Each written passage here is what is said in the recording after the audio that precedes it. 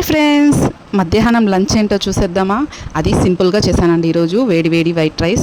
First white rice చూపించేస్తాను. Next వచ్చి మీకు మా ఇంట్లో చేసిన చిత్తూరు స్పెషల్ పప్పుచారు అండి. ఇది ఎండుమిరపకాయలతో చేసే పప్పుచారు. చాలామంది విలేజెస్లో వాళ్ళంతా ఈ పప్పుచారుని మార్నింగ్ పెట్టేశారంటే ఇంకా వాళ్ళకి 3 పూట్ల ఇదేనండి. నాకు తెలిసినంత వరకు పెద్దగా కాయగూరలు కూడా ఎక్కువ తినరండి. ఈ పప్పుచారు ఒకటే చేసుకుంటారు. అంత స్పెషల్ ఈ పప్పుచారు. నెక్స్ట్ టైం డీటెయిల్గా ఈ రెసిపీ ఎలా చేయాలి. ఇప్పుడు వచ్చిన పిల్ల బ్యాచ్ అయితే పప్పు సాంబార్ని పెట్టేసి పప్పుచారు అంటున్నారు. అలా కాదండి, ఈ పప్పుచారు ఎలా ఉంటుంది, ఎలా చేయాలనేది కూడా నెక్స్ట్ ఎప్పుడైనా కుదిరినప్పుడు చూపిస్తానండి, ఈసారి చేసినప్పుడు. ఇంకా ఇదైతే బీట్రూట్ తాలింపు చేశాను. వీక్లీ వన్స్ బీట్రూట్ కానీ మనం తరచూ తీసుకుంటూ ఉంటే బ్లడ్ బాగా పడుతుందండి, బ్లడ్ తక్కువ ఉన్న వాళ్ళకు.